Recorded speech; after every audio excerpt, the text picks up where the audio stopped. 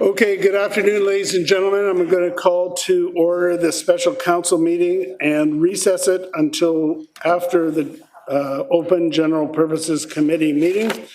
I'll call to order the open general purposes committee meeting. And I just want to say, before we get started, we've got a lot of people wanting to speak this afternoon. There's a number of things that are on the agenda, and council has a 7 o'clock public hearing as well.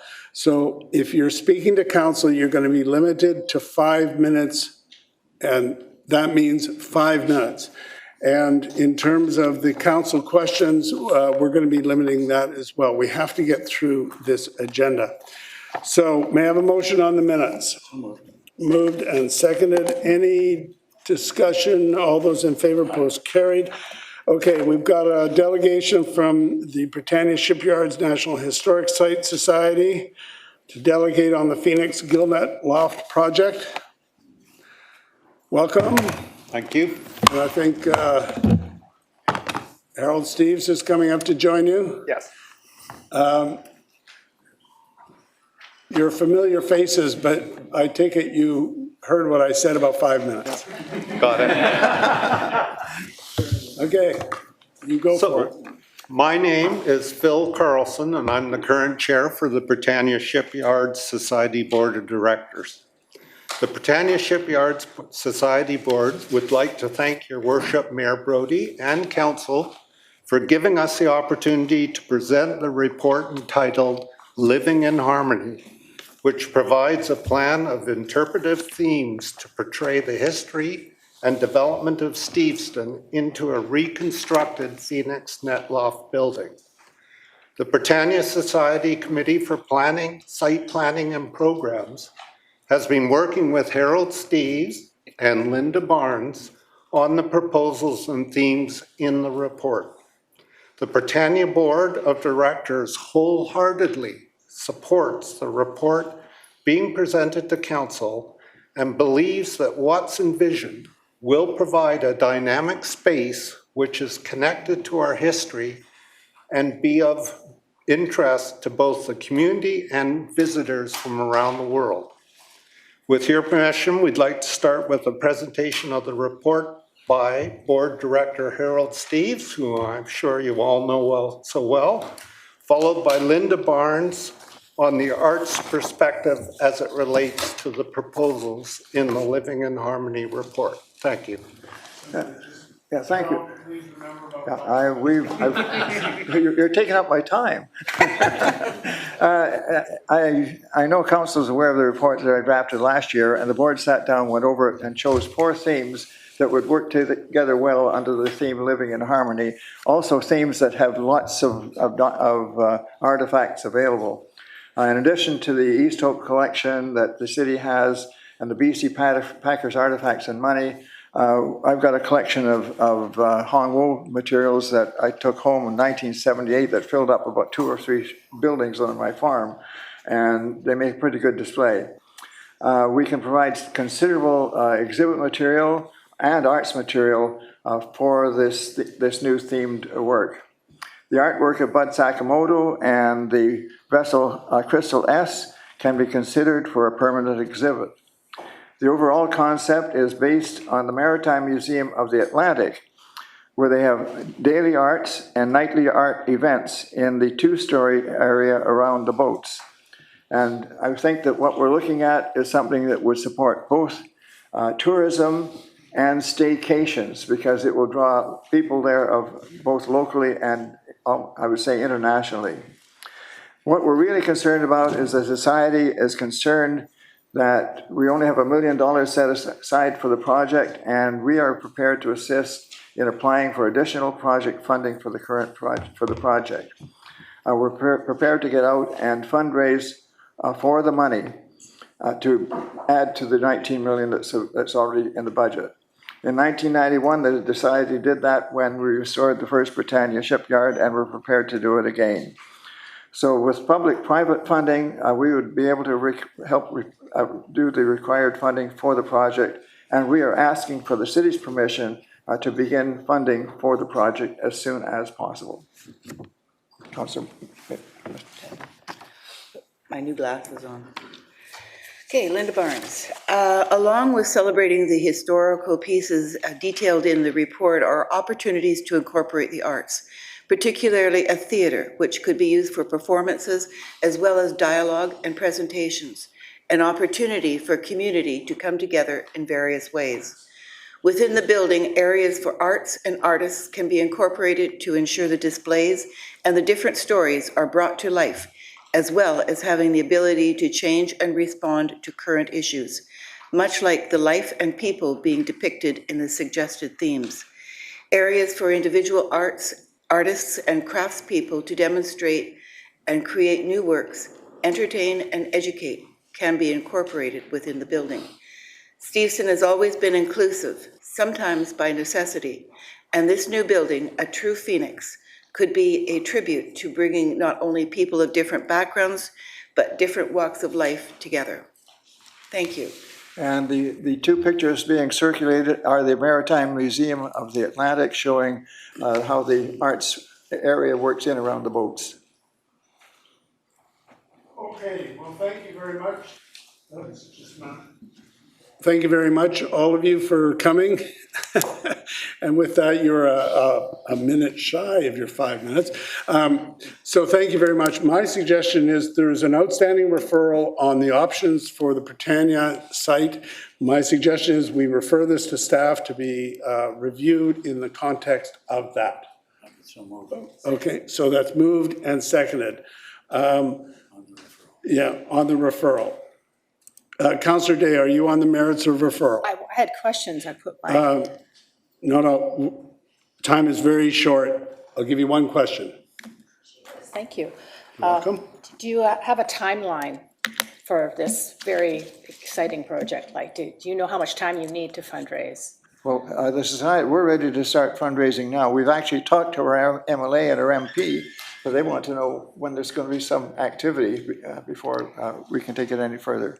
If I can just add to that, there are our understanding that the city is the one that has to apply, so you're the ones that have to kind of put the application in, so the sooner the better. Okay. Thank you. All right, on the merits of referral, all those in favor? Anybody opposed? That is carried. Thank you. Thank you all for coming. And we'll see you guys tomorrow at the reception. All right, I've got 5 parties who wish to delegate. Most of them on the bus rapid transit program. We'll hear them now. The first one is Nathan Davidovitz. Are you here? Okay, please come and have a seat. And you've heard my comments, about 5 minutes. Yes, thank you, Mayor and councillors. There are many problems in Richmond bus services. I started advocating for better transit 50 years ago when I was a student at UBC, and I remember talking to retired Councillor Harold Steves way back in the 1970s. Since the opening of the Canada line in 2009, there have been many cutbacks to bus routes. The 480 bus is just one of those cuts. There are many others. Before we talk about proposed new express bus routes, we need to restore all the bus services to the pre-COVID levels, plus return some of the other cutbacks.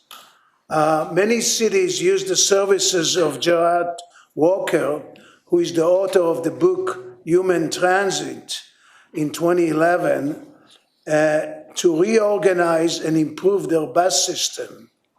And he knows Vancouver, he's been here. And look at his blog, and he has many good examples of successfully increasing transit ridership and coverage in many cities around the world. The proposed R7 is not the right path to improve bus service in Richmond.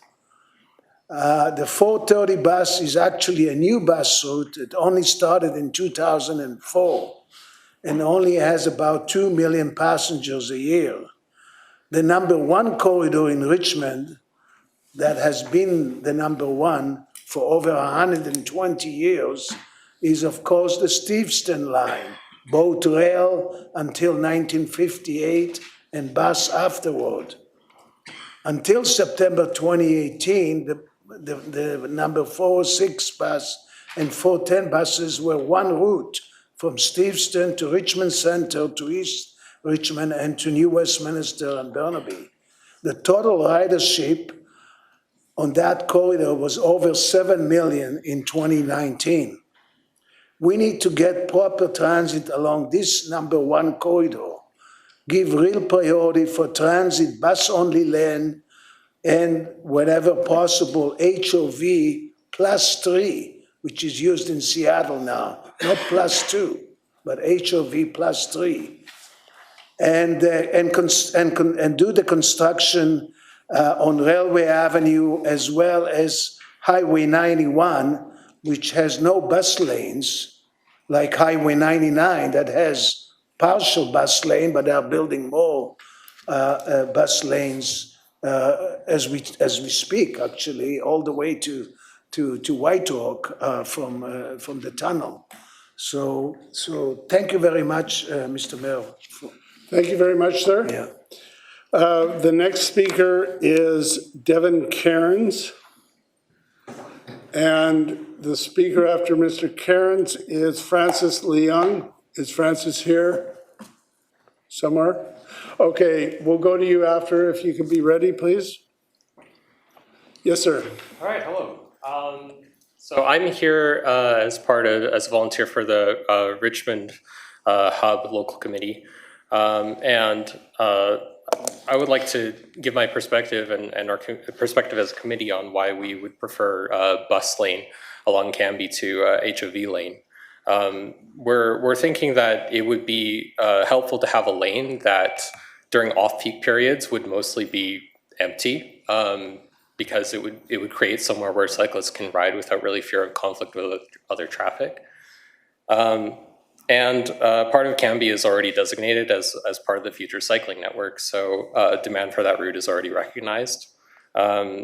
We're also worried that an HOV lane would create more of an expectation of unimpeded flow, which would sort of anger drivers if they have to deal with a cyclist in an HOV lane, and it would also potentially create more issues with speeding.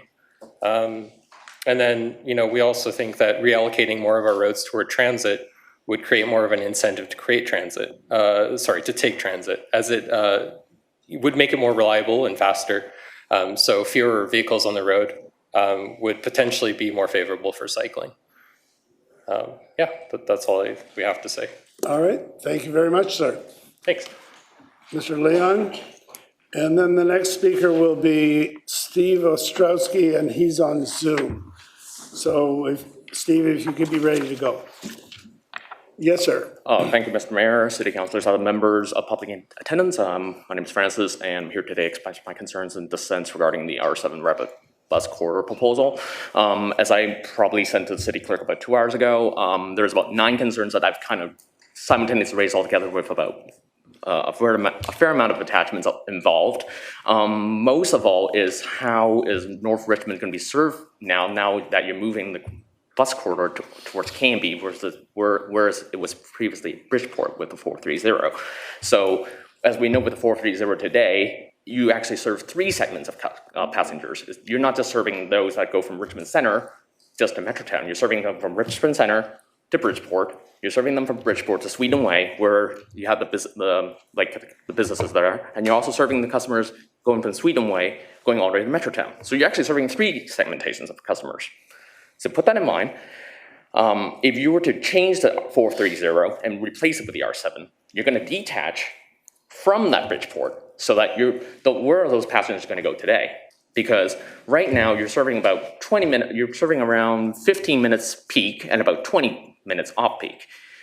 The worst problem of all is right now 430 and the 407, they kind of work in tandem, especially during the midday off peak periods.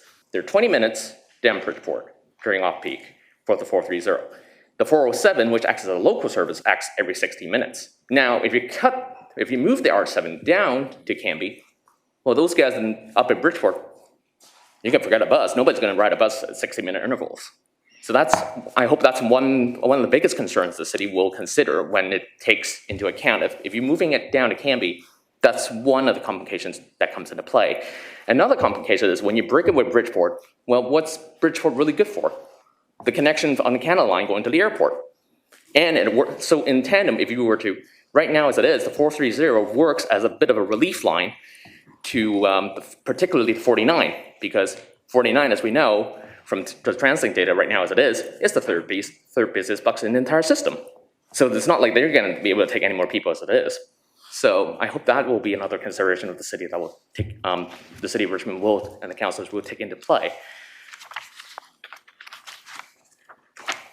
Additionally, I want to cover when you're talking about East Canby, you're moving the R7, you're moving the focus from serving Bridgeport and Bridgeport Station down to East Canby. East Canby right now, you have 3 buses, 405, standard service every 30 minutes, the 416, peak only limited service at around 30 to 37 minutes, and finally the 410. I took the 410 coming here today. It comes roughly 8 to 15 minutes, depending on the time, at least from start of service to about 11, to about at least 6:30 p.m. Every 8 to 15 minutes, you're gonna get a bus, hopefully.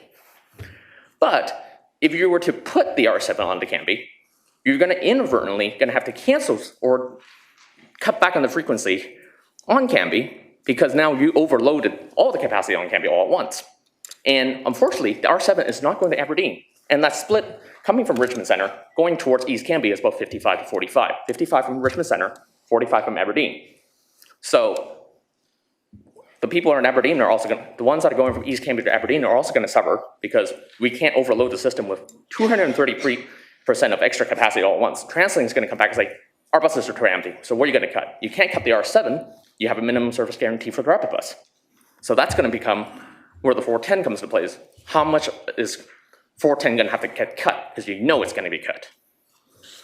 And then, I've got about a minute, okay. And finally, you're talking about the transit connections at Canby and Highway 99. As we know from the news article, about 6 weeks ago, there was a tent fire underneath the Oak Street Bridge. So we know, and in that article, it specifically states that the homeless, when they have no choice, they'll camp underneath the highway bridges. Well, unfortunately, in that environment, you're boxed in by the freeway. The Canby Road overpasses is going over above that, but right now it's fenced off, so no one's gonna go in there, and it's an empty neighborhood. But once you put a bus stop in there, well, you're giving homeless the opportunity to camp there itself. So that's another consideration that the city should consider as well. And then finally, I got 15 seconds. We're talking about the Canby on-ramp on Ninth Street. Now, how are the buses gonna pass from Canby all the way up to the bridge deck of Ninth Street? The 3 lanes going northbound are full, so. All right, thank you, sir. We have a question from Councillor Day. Sorry? Oh, sorry. Thank you for all this research that you did. You just did a fabulous job, especially about the ridership. I had a lot of those questions, especially the Canby on-ramp, off-ramp, and Ninth Street on-ramp, off-ramp as well. In your analyzing of all this data, do you think there's a need for this huge change? How many people go from Richmond Center to Metrotown? Listen, Councillor Day, we'll get to the item on the agenda. Staff will be answering that question. But Ridership. this gentleman has done a lot of research. He may have something. What do you think?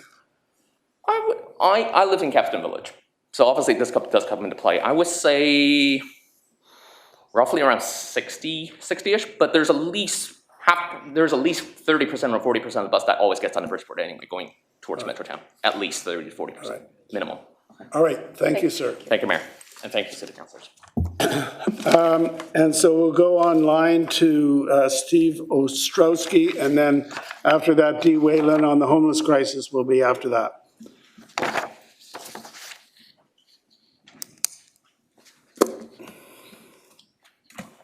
Is Mr. Ostrowski online?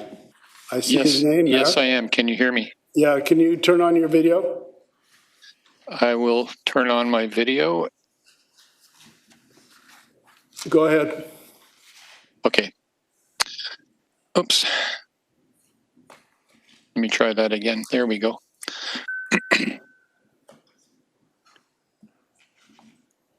Please start. Yes, okay, thank you. So thank you, Your Worship, Mayor Markham Brody, and to all City of Richmond councillors for the opportunity to present an alternative approach to transit system construction. There's now an alternative to the bus versus LRT options for transit, and it's called value engineered LRT. And I'm here to present it as an option to be considered as the future of transit for Richmond. Value engineered LRT was presented to the TTC as a solution for the rebuilding of the Scarborough Line 3. And though we were not selected for implementation, the TTC did hire a third-party firm to study the technology, and they concluded it has merit and is capable of delivering on its claims, which are minimal carbon footprint, fast construction, and ultra-reliable operation relative to typical trams or LRTs. Value engineered LRT is a low capital, high ridership model that can be financed with ridership. A study was done for the city of Albany, New York, and it reflected an 11.5-year payback with really quite low ridership for a city of that type. But it's due to the very low capital and high ridership model that such a payback can be achieved. With value engineered LRT, Richmond can build a tram that would operate within 3 years of project go-ahead. The ultralight aspect of the system is what allows, and bear with me here a moment, what allows the system to fit most existing infrastructure. That includes electrical grids, roads, stations, stops, bridges, yards, maintenance facilities. And the fast construction gets more benefit much faster for reducing congestion and GHG emissions now, not years from now.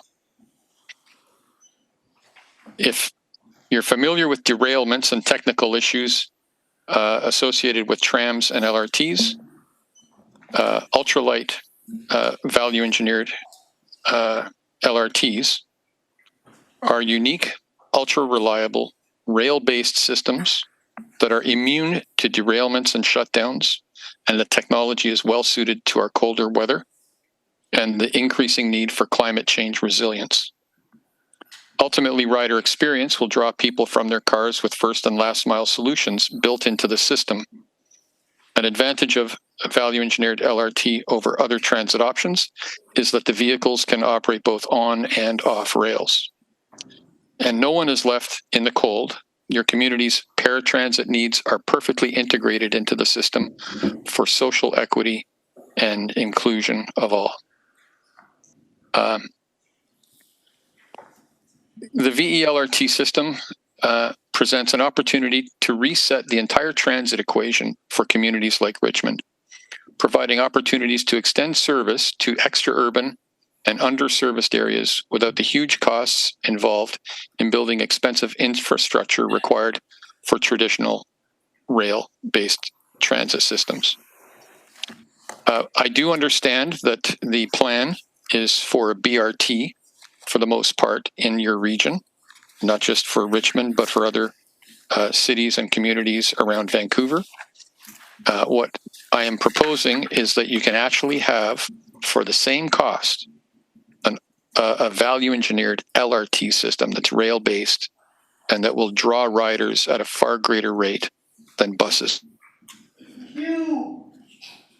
The solutions, and governments are backed up on decisions to invest tens of billions of dollars, obviously because they can't afford it, but also because there is a bit of a dilemma in that nobody is going to get reelected giving the community a bus transit solution. What I'm suggesting is we give the community, or that you give the community, a rail transit solution that can be operating in 3 years, and we can be among the first cities in the world to lead the change in how transit is built. All right, sir, Councillor Day has a question, a quick question. Yeah, real quick. You said that this system, rail-based system, could be on and off rails. Can you explain that? I certainly can, and it's not high technology, frankly. There is a greater diameter rubber tire and a lesser diameter steel wheel, and the rail is designed with what we call a suspension trough. That means that it's about 1.5 inch depression either side of the steel rail. And when you align your tires to go into that depression, it transfers the load to the steel wheels on the steel rail. And we've actually modeled this. We have a proof of concept video. There's a lot of, let's call it, there's a lot of weeds that we can get into regarding the technology and the full scope of its capabilities, because we also have integrated rideshare software that'll be part of it. There's also integrated semi-autonomy or full autonomy, depending on requirements for the community. Okay, sir, I'm going to stop you there because that is interesting, but not part of our report. So we'll go to the next speaker, Dee Whalen. Is she here? Okay, please come forward.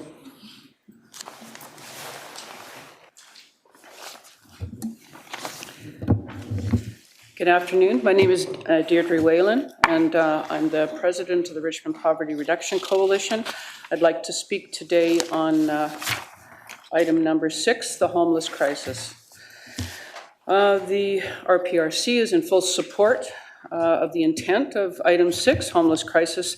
And for your interest, RPRC members include numerous Richmond individuals, as well as 12 local organizations, including faith organizations that represent thousands of clients or members that are Richmond residents. On behalf of the RPRC, I'd like to make a few remarks on our efforts on the subject of homelessness in Richmond. From 2019 to present, we have been the lead agency for the annual Homeless Connect event. It is actually coming up this Thursday, and you've all been invited to it. I hope you'll come and have some coffee with us and meet with some of the guests. During COVID, of course, we weren't able to congregate, so instead of Homeless Connect, we delivered about 1,200 hygiene kits, hundreds of meal cards, winter footwear, clothing and rain suits to our unhoused and at-risk residents.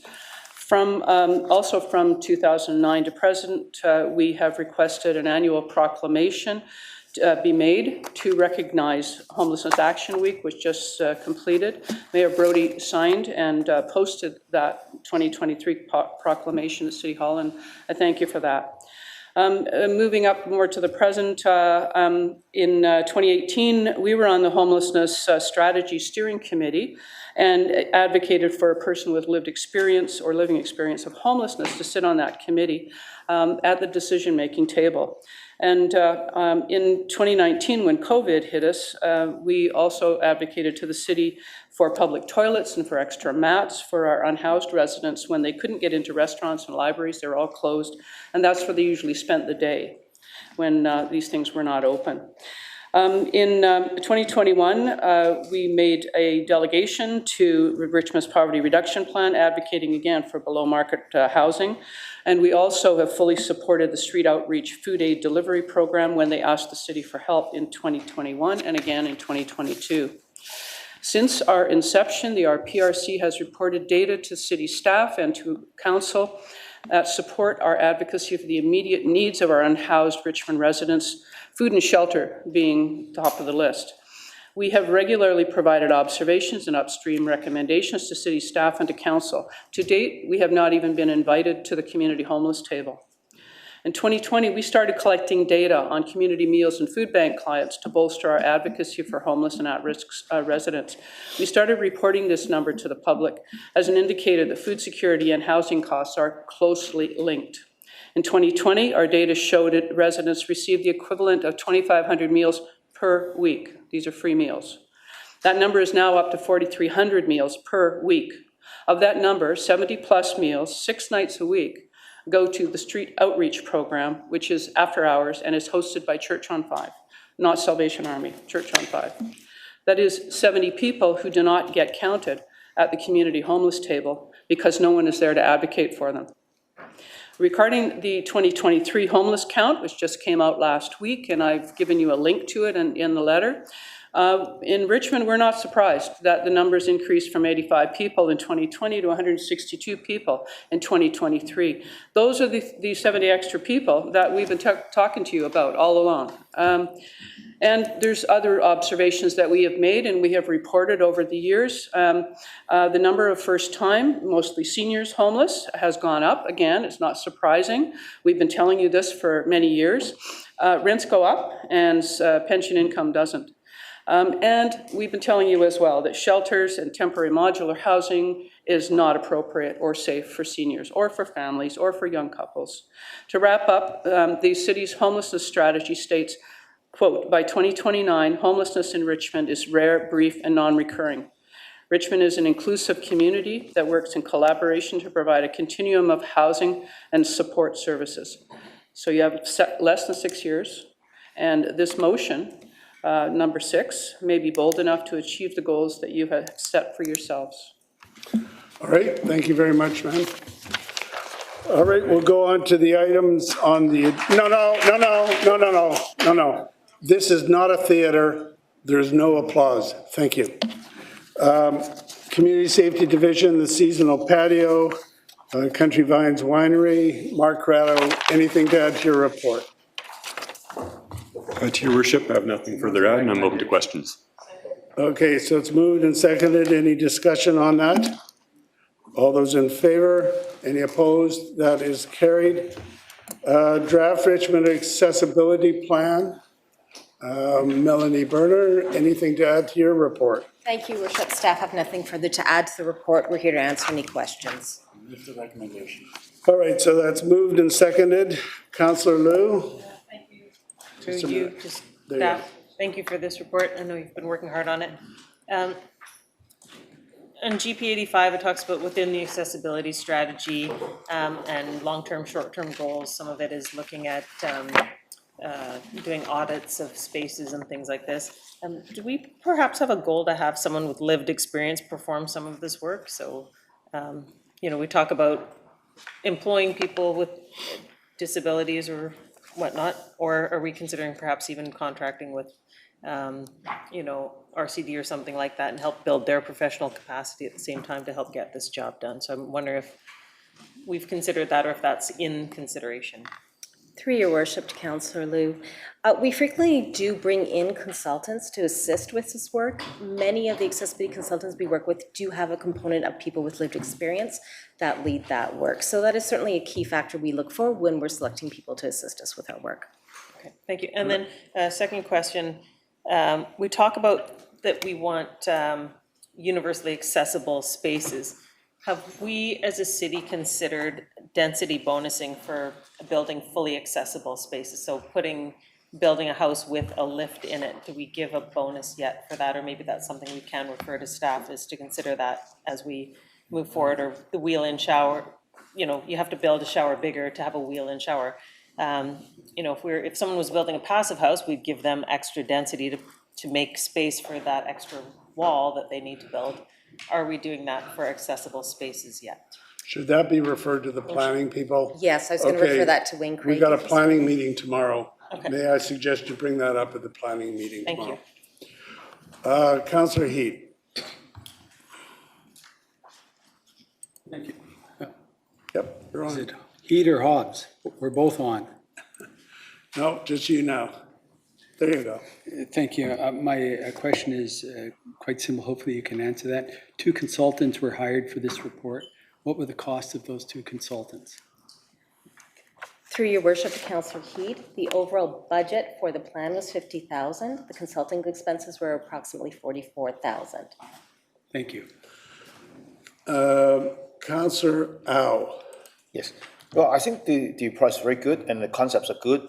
The plan's good. However, the complaints that we receive a lot is when people go to the malls, the special parking space will be occupied. And I was always told that we have no jurisdiction, we can control that. So if this is not being addressed, how can we say that, we can improve accessibility?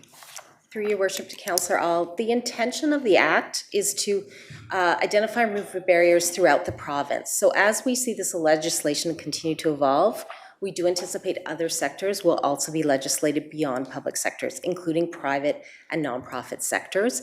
And this is when we anticipate that we'll see some of those areas addressed at a provincial level. That's good, yeah, so I just want that to know this is being extended to the other areas. Thank you. Councillor Hobbs. Okay. Thanks, and through the chair. Well, I know we're in a hurry, but I do want to just say that was a very thorough report, really comprehensive, full of very good information. The pillars and the action plans are all excellent. It was interesting to note too that it acknowledges all the good work Richmond has done preceding this legislation, so that's good as well. I do have one question. When you get to the pillars and pillar number 4, one of the thoughts I had was how much will the staffing issue have when we implement that in terms of training, knowledge base, staff with the right kind of skill set as we move forward? It's something that I thought we might need to work on as we move through this. Through your worship to Councillor Hobbs, yes, the legislation is still evolving as we understand really the requirements from the province better. We'll continue to look at what resources are required, including staff training. There is an action within the entire plan, Action 2.2, which talks about developing a comprehensive training program for the entire organization, and that would cross over all those pillars. So it would support staff in the program and service delivery area, as well as within our other sections. Okay, just one last comment through the chair. I also was impressed by the length of consultation. I think there were about 17 organizations involved in the process, and also in the methodology of the consultation, took into account different ways of gathering that information. So I thought that was also very thoroughly done. So thank you. Thank you. Councillor McNulty. Yeah, thanks very much, Your Worship. Obviously, a great report. Thank you very much. I liaise to our new accessibility committee, and as I mentioned before to council and to council members, you'd be very surprised of the talent we have around the table to deal with this subject. Just a question to staff. Do not we, in terms of, it was brought up about building, don't we already have universal guidelines? Weren't they devised by Richmond and accepted nationally for those people that mentioned Francis Clark way back when, a number of years ago? Through your worship to Councillor McNulty, I believe you're talking about the city's enhanced accessible design guidelines that guide our facility development and leases. And yes, we do have those in place. They do utilize national standards. We will also start to see guidelines in other areas like communications and technology, program and service delivery, things like that to help staff meet this legislation and to continue to advance accessibility through their work. Yeah. Well, I think it's important. It doesn't stay specifically in the report, but I would hope this report's obviously adopted because it is some plan that we go to more than just building. We look at how people function in everyday life and how they cope. We've got, Your Worship, a student's a law student on the committee, et cetera. So those are the kinds of things with the various issues that are brought up. I hope that they're integrated in this and then individual items come back for adoption. Thank you. Councillor Day. Thank you very much, Mayor Brody. I see that one of the participating organizations on our page 65 is the Rick Hansen Foundation. And I understand that, well, we're already sort of working with them. Does that give us a leg up, given that we're already adopting some of the principles from the Rick Hansen Society or Foundation? Through your worship to Councillor Day, Richmond is really a leader in advancing accessibility, and there's a lot of practices in the built environment that are very strong. With the city's enhanced guidelines, those actually use what is the national standard, which is but through the Canadian Standards Association, which is closely aligned with the Rick Hansen Foundation's work as well. They use that standard. So the work with Rick Hansen supports that work we're already doing, but we have aligned ourselves with the existing national standard. All right, thank you. All right. What was the recommendation? It's already on the floor. Any further comments? All those in favor? Any opposed? That is carried. Brings us to the one that we've received a lot of the delegations on, the TransLink Bus Rapid Transit Program. So, Mr. B, So Nellie, tell us. Hi, Your Worship. I'd just like to say before we begin that TransLink has requested municipal support for these bus rapid transit projects and have proposed a template resolution for councils to consider. Staff like a lot of the things that are in TransLink's resolution, but the one thing that we do have trouble with for the R7 route is the converting general purpose lanes to bus-only lanes. Bus-only lanes, I think it's a lot easier to do them when you have a lot more lanes to deal with, like 6 or 8 lanes, or you have a wide shoulder, or you have some parking that you can repurpose as bus-only lanes. But for us, on the R7 route, for most of it, we only have 4 lanes with no parking. So really, to change a lane into a bus-only lane would require about a 50% reduction in lanes usable by other folks or general purpose traffic. When we look at TransLink's bus speed and reliability study, what it shows us is that you can get a lot of the advantages of bus speed and reliability through other measures such as traffic signal preemption or queue jumpers and things like that. And the bus-only lanes really only contribute about a 15% reduction, up to a 15% reduction. So what it would entail is if we went with the TransLink proposal for BRT, we would be dedicating 1 out of the 2 lanes each way on Cambie, not to mention Garden City, and then up number 3 road. And that would be done for a bus that would come about once in every 10 minutes. Is that correct? That is correct, Your Worship. And the other thing is that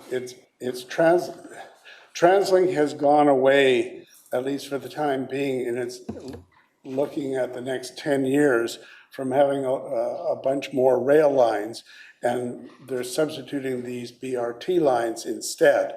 And so there's 10 or 11 lines that have been proposed. We've been supposed to get the R7 for about the last 10 years, 5 or 10 years in the plans. Hasn't happened. Now they want it to be in the form of BRT, where we get virtually, if we use HOV lanes, you're getting the vast majority of the benefits, but without that dedicated lane, the exclusively dedicated lane. Now, that's our belief. We believe that you can get a lot of the bus-only lane benefits with an HOV lane. All right. Councillor Luke. Thank you, Your Worship, through you to staff. Thank you. A number of years ago, a number of us who are still on council voted to improve the 5 and Cambie intersection. So we're still waiting for that one to come with the multi-use path, the bike lanes and that sort of thing, to give an opportunity for people to get out of their cars in the first place. When is that going to be finished? Through Your Worship to Councillor Liu, I think that the Director of Engineering would have to answer that question. Okay.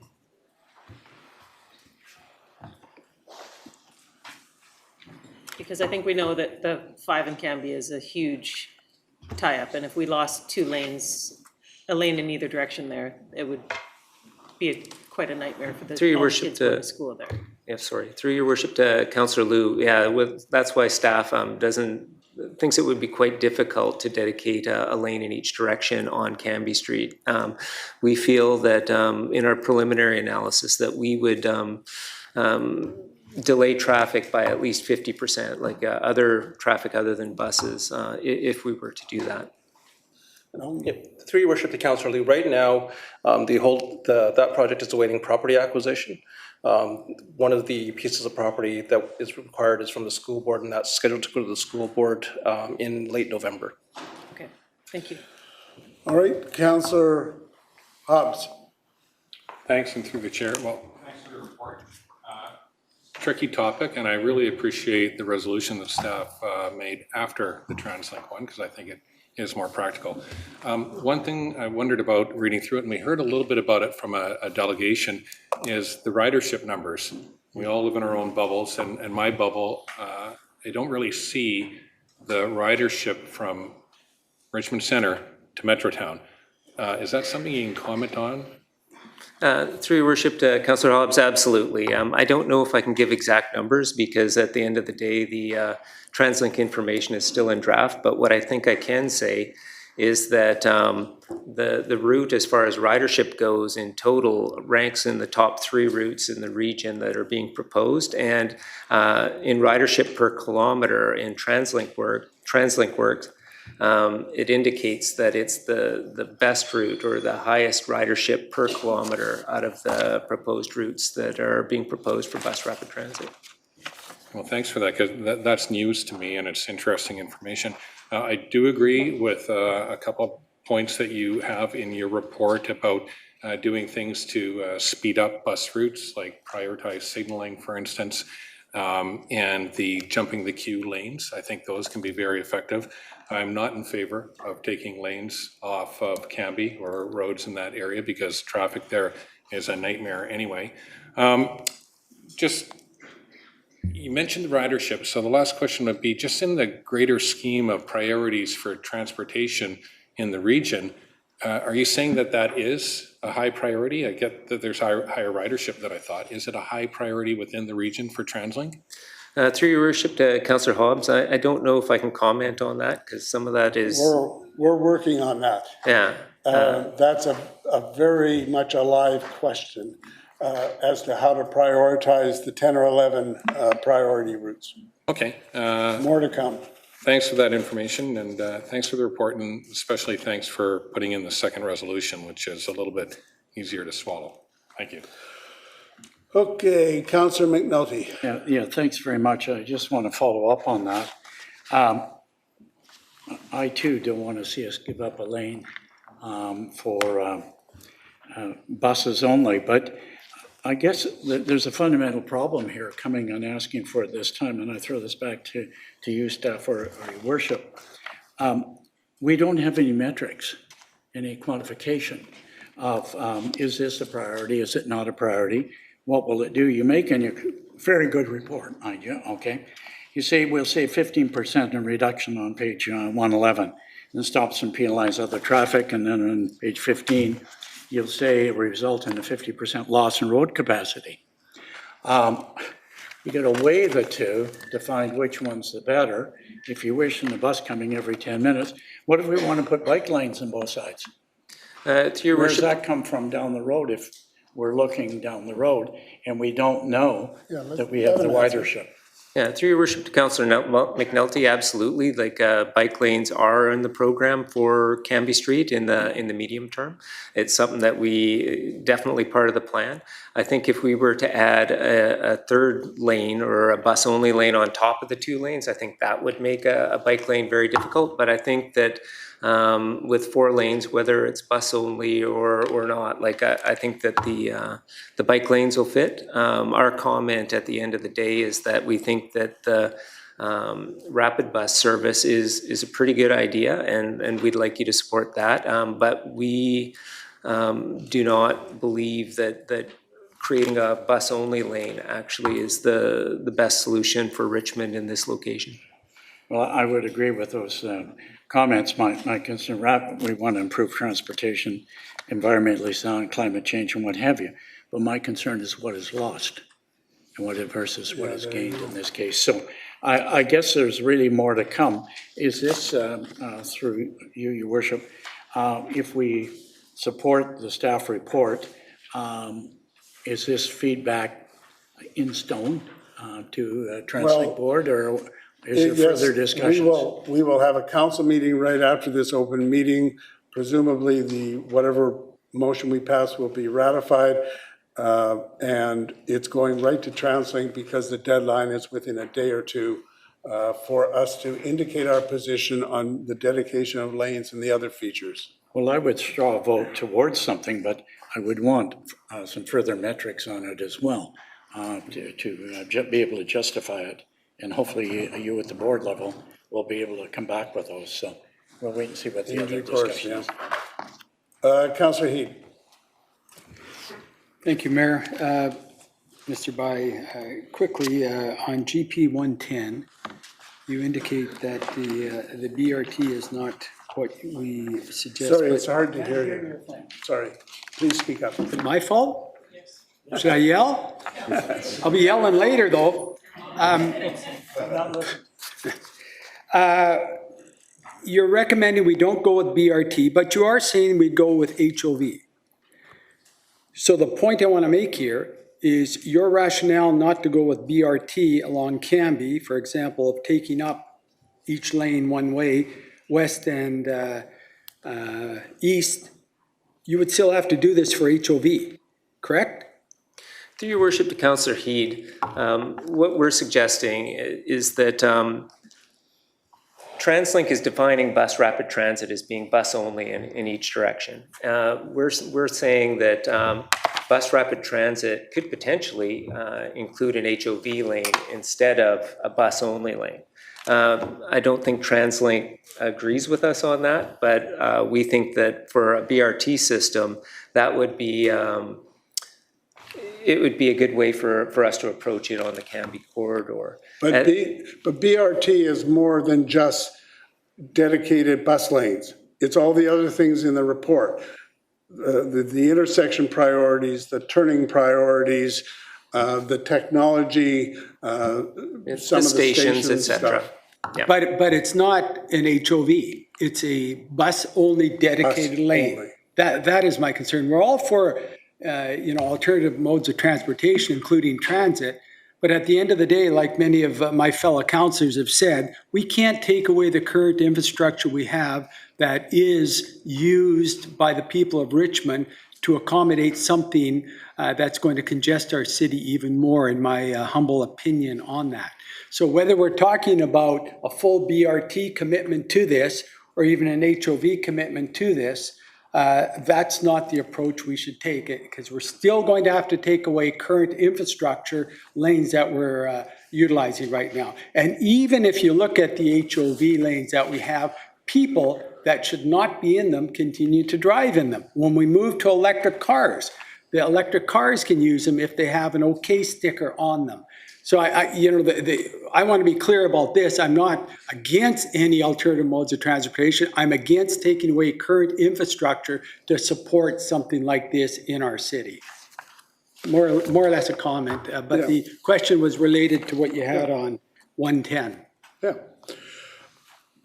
Councillor Howe. Yes, but this is a good report and I can support the concept and some of the recommendations.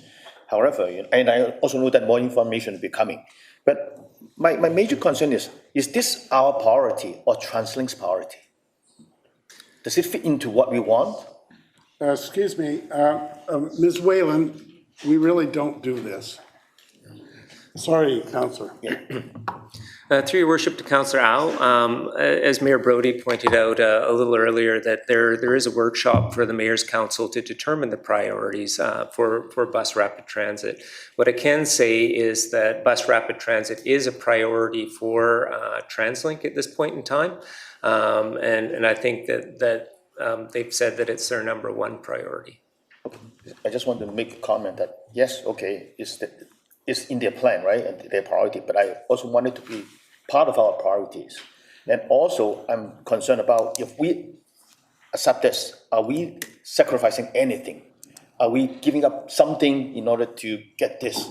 So those are the concerns that I have. Through your worship, Councillor Al, clearly there's some trade-offs when we make an HOV lane. From staff's perspective, an HOV lane is not necessarily a bad thing. Like if we can convince people to double up in their cars, we can cut the traffic in half, right? So encouraging that kind of behavior, has some merit, and it certainly doesn't preclude regular people from using the HOV lane, provided they have one other person in their car. So it's a trade-off. Like some people that are in single occupant vehicles may not like it, but others that are traveling with families or in taxis or things like that may really, really like it. Okay, good, thank you. Councillor Galanders. Thank you, Your Worship. Similar to what Councillor I was saying about our priorities, we asked TransLink to restore that bus service to UBC, and they didn't. And that was because they thought that their rapid bus that they had introduced along 41st fit the bill, and we heard from people of Richmond that it didn't. So I'm concerned about this because, it seems like the whole point of this is to get from Richmond Centre to Metrotown, on this convoluted route, 3 Road and up, and then down in Garden City and up Cambie and down Knight. And I'm wondering, do you know, to get to Metrotown now, would it not make sense to go, in your opinion, from the Canada line to 41st and then take a rapid bus to Metrotown? Like, would that not be already quite a fast way to go? To your worship, to Councillor Glanders, yeah, I'm certain that that's quite fast, but what TransLink work indicates is that there is a desire line between our city centre and Metrotown, and like I said, the proposed ridership ranks very, very highly in their matrix. So I do think that it's a service that would benefit Richmond. What did you think about the comments that since the Cambie area is already served really well by 3 buses that work within Richmond, so people from that area could get to the Canada line very quickly to get into town and get onto the Expo line in a different way than going through our city like this. So it being so well served and a lower population than, say, the Bridgeport area that's getting all the high rises, what are the chances that if we bring this R7 bus in, that they are going to reduce some of those bus services that serve Richmond so well? Through your worship, to Councillor Glanders, I can't say what TransLink will or won't do, but what I can say is that at this point in time, they have not indicated that any of those services would be impacted. In general, this is a express service. It doesn't have as many stops as a local service, and in general, they maintain the local service on the other R routes throughout the network for the local services. Councillor Day. Thank you, Mayor Brody. So I'm looking at the map of this proposed new route on GP 113. Are they serious when they suggest taking 1 lane of traffic away on Knight Street Bridge? Through your worship, to Councillor Day, I'm not positive that that's what they are planning to do. They're asking for lanes from the municipalities, but I don't know that, I can't speak for TransLink, but my sense of it is that at the end of the day, I don't think that they're planning to take away a lane on any of the bridges that the proposed BRTs are planning to go on, because certainly the proposed route to the North Shore, I'm quite certain that some people would be. There's pretty long lineups for those bridges as well. Why is this coming to us when we have 2 days to decide on such an important issue? Through your worship, to Councillor Day, at the end of the day, as this workshop approached, for the Mayor's Council, the TransLink staff appeared to me to be looking for support for these routes. One of the challenges they've had in the past, certainly in places like West Van, is they've worked really, really hard to actually implement one of these routes that they thought everyone wanted, and then one of the proponents pulled out, I think. As part of the decision-making process to prioritize these routes, they want to get some measure of support from the municipalities where the routes will be prior to working on them so that they can prioritize the routes that they'll be able to implement. So after further analysis, if we want to turn it down, we can always do that. Yeah. Well, it's just if we want to get on board, we got to get on board. Okay, so I have a couple more questions. So Cambie and the highway, I'm not sure, but the Knight Street Highway, that's going to be an on-off ramp? Who's going to pay for that? Through your worship, Councillor Day, TransLink. Yeah, I'm not buying that. Just a minute, you're not buying that. It's a TransLink project, so they'll be paying for it. Interesting. I'm sorry, I can't support any of this. I think it's very ill thought out. I mean, I'm trying to imagine losing a lane of traffic, even if it is with HOV, on Lansdowne, on Garden City, on Cambie, and forget about the Vancouver nightmare. But what I'm wondering is, we have a perfectly serviceable highway, Highway 91, that runs east-west.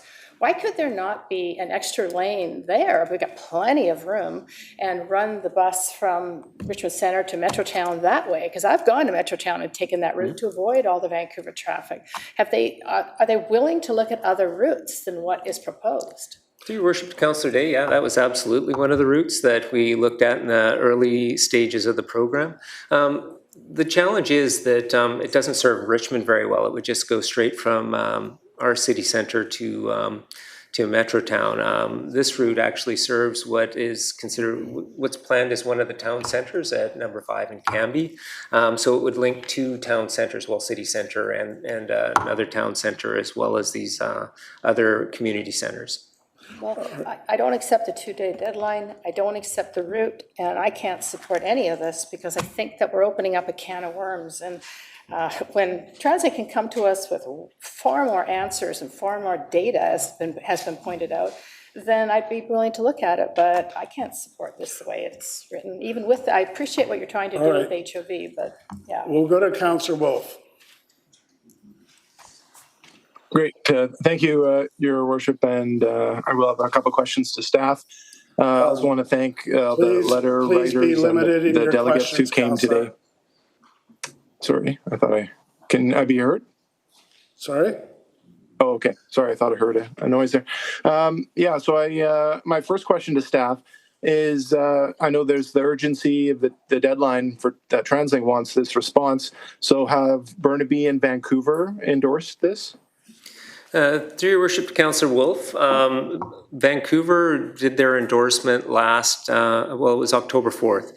And what Vancouver's endorsement indicate, they did not endorse bus lanes. They did endorse a number of corridors for improvements such as queue jumpers and all of the other bus speed improvements. Burnaby, their council is looking at their proposed resolution today, actually.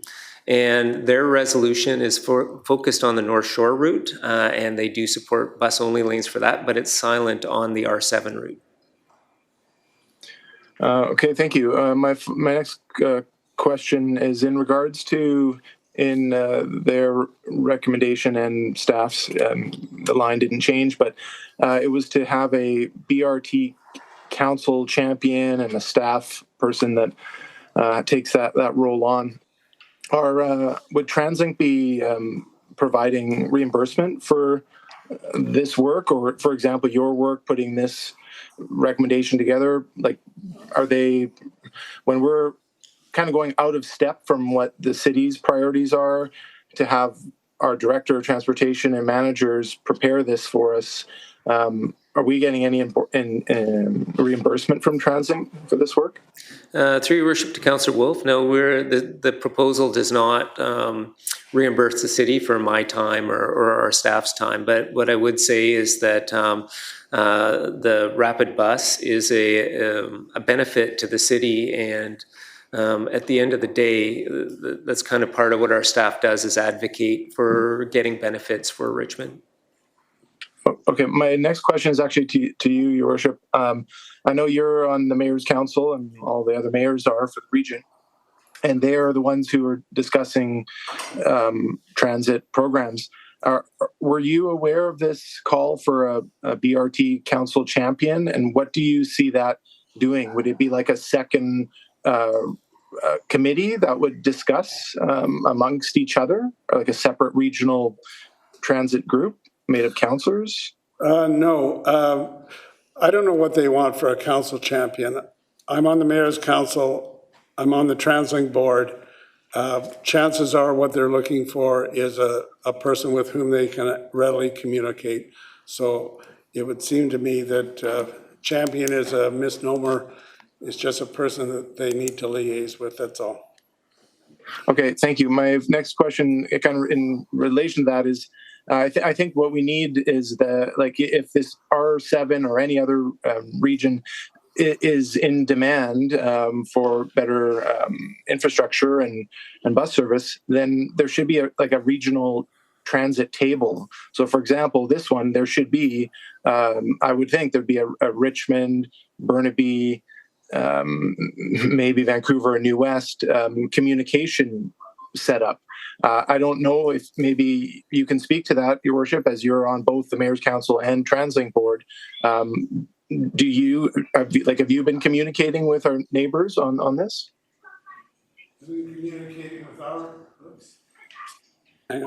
I've been communicating with our staff. I've been communicating with other mayors and people who are involved. I've been communicating with TransLink.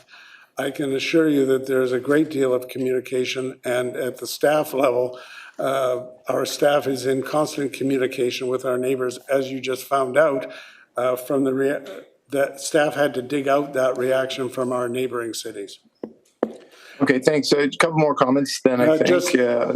We're going to ask you Yeah, to bring it to a close, Councillor. Yeah, so I see this, what we're discussing today is a bit of a waste of time because it's not the local priority, although it was great to have input from the public and great ideas around the council table of where we need to go. For example, the technology of the future, the light rail service, the expansion of Highway 91, getting our restored bus 480 route to UBC. Like, we need more direct buses, more rapid routes for sure, but we at this table should be discussing the ones that benefit the majority of our residents and users, not half with another municipality that isn't even endorsing this. All right. So I think it's definitely out of order, the way things are being handled here. All right.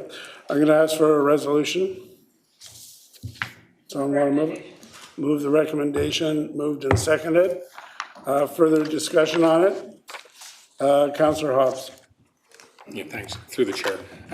Quickly, if we approve the staff resolution in principle, just to clarify, any future plans still come back for approval, correct? Through your worship to Councillor Hobbs, yeah, absolutely.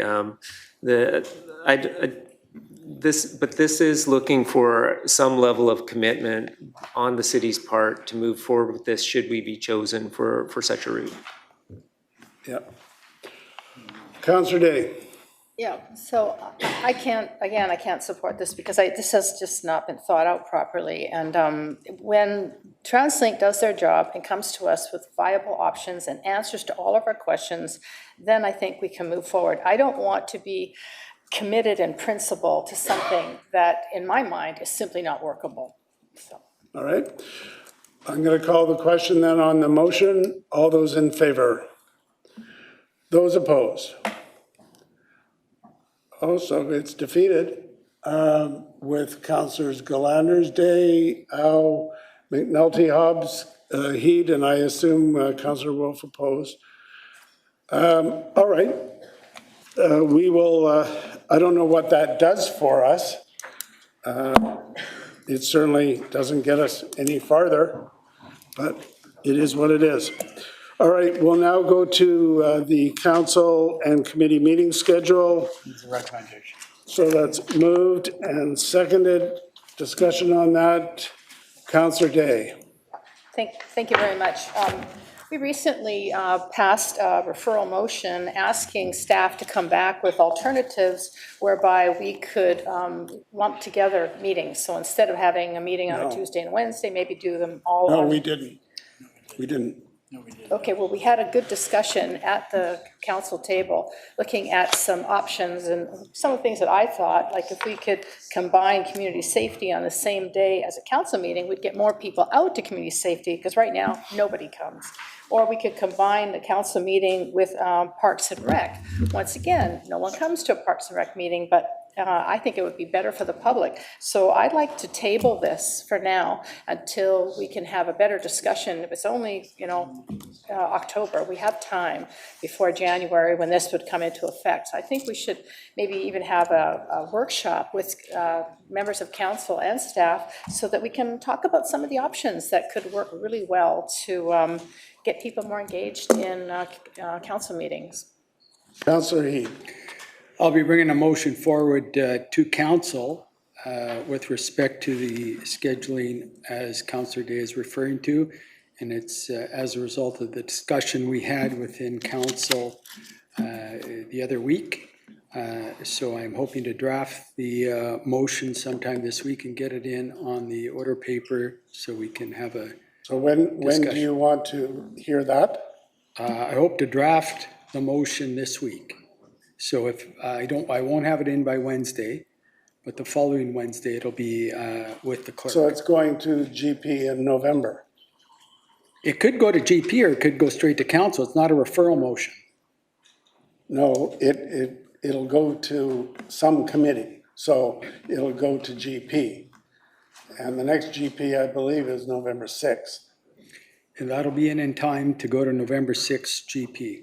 All right, so what we do is, who knows what the future of that is? We've got a proposed plan. Then if that motion should change things, that's fine, but let's deal with this in the meantime so that plans can be made. All right, Councillor Liu. To staff. So if we approve this, it essentially sets things like that we take August off and don't have meetings. UBCM sets up how we do FCM. It also details which day we start in 2024. So in January, it tells us which is our start date, how we're working around New Year's, whether we come back that first week or the second week. Right now, according to this, it's on the 8th, I think, if I'm correct. So this just sets the template. We can add or move meetings around beyond that, but it sets the template for how and when our major events and holidays are happening. Is that correct? Through the chair to Councillor, yes, the schedule can certainly be adjusted by council resolution at any time in the near future, should there be direction to report back on other meeting schedule adjustments. And this would probably even support Councillor Heed in his coming up with moving some things around, because then it'll be set of when the major other events are. Okay, thank you. Councillor Day. Yes, I move to table this until the November 6th so that we can have a robust council conversation about. Is that seconded? It fails for a seconder. I'll call the question on the motion in front of us. All those in favor? Question here. Any opposed? Michael's trying to. Yes, Councillor, what is it?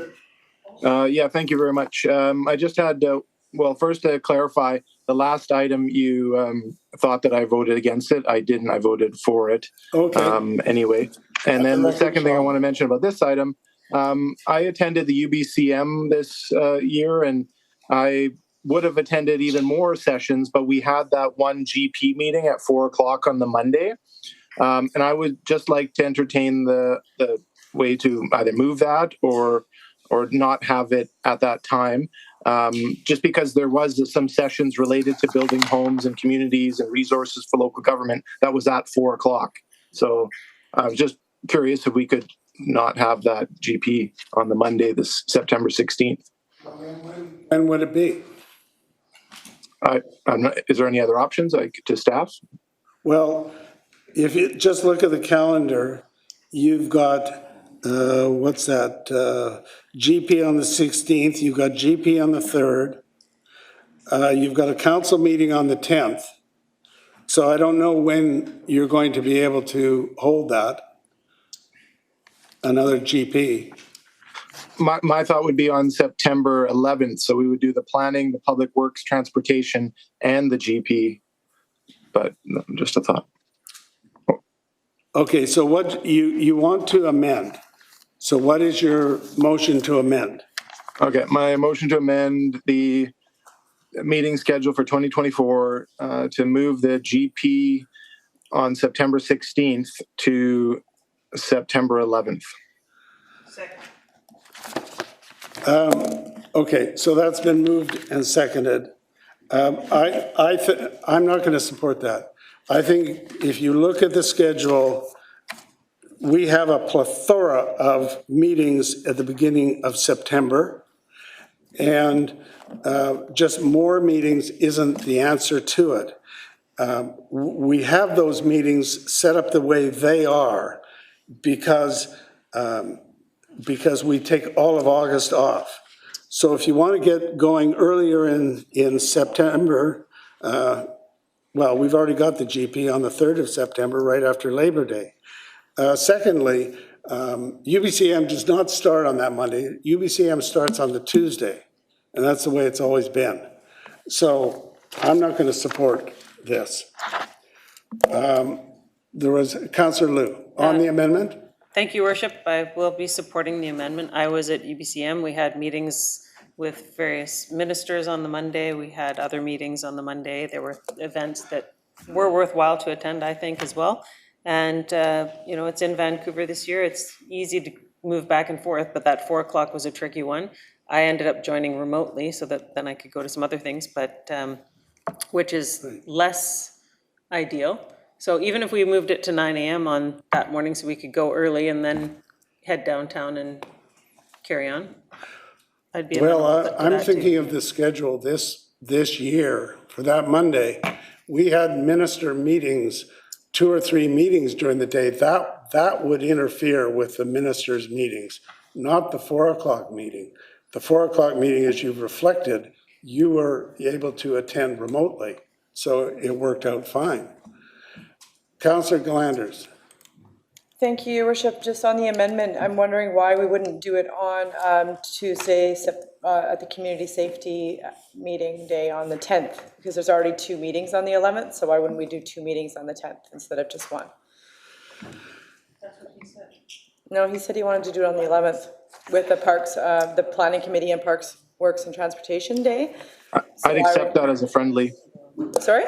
I think you're going to interfere. You know, staff can only have so many reports done so quickly, and we want to give notice ahead of time. I think you're interfering with the whole thing.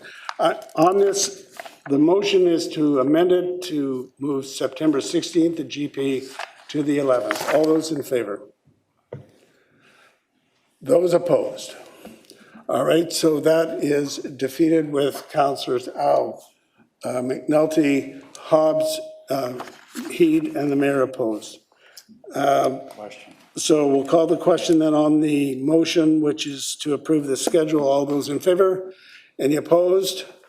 That is carried with Councillor Day opposed. That brings us to the homeless crisis matter. Materials are on page 125. Councillor Heed, did you want to move the motion and comment? Yes, Just hang on a sec. We'll open it up. Okay, go ahead. Yes, I'd like to move the motion. And I'd like to have a discussion with respect to background. Okay, so is it seconded? So it's moved and seconded. Go ahead. Thank you, Chair.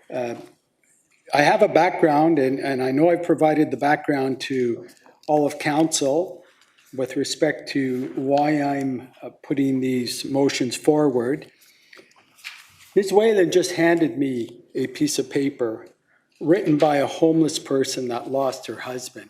I could just as well read this from an empathetic, sympathetic point of view with respect to why we need these particular motions in place. So I just want to thank Ms. Whalen for that. And again, for the person that is very well articulated in her writings here, who's living as a homeless person that's gone through a tragedy in her life. But I want to read this background. Experiences with homelessness can be considered across 2 dimensions: the phase of homelessness and the circumstances that led to homelessness. Studies show that progression into homelessness starts with people being at risk, often due to sociological factors. The next phase is being non-chronically homeless, namely less than 1 year without housing.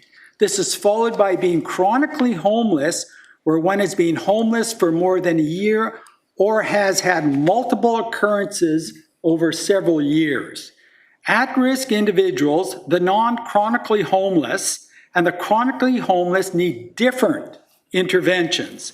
For example, the non-chronically homeless may need financial support and attainable housing, while people experiencing chronic homeless may first need help with drug addiction or a mental health issue.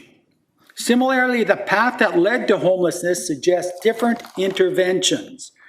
Richmond's homeless population is far from being homogeneous and, while disproportionately composed of vulnerable populations, is largely comprised of individuals from the region. This population spans factors including gender, age, and race, although the background of the individuals varies. This is not necessarily caused by a single factor, nor is it sequential, with contributing factors often interwoven with people's broader historical and societal context. As a city, we cannot give up on those unlikely to transition out of homeless due to drug addiction, mental health, illness, or other problems. We need to find ways to steadily ensure that chronically homeless get the care they need.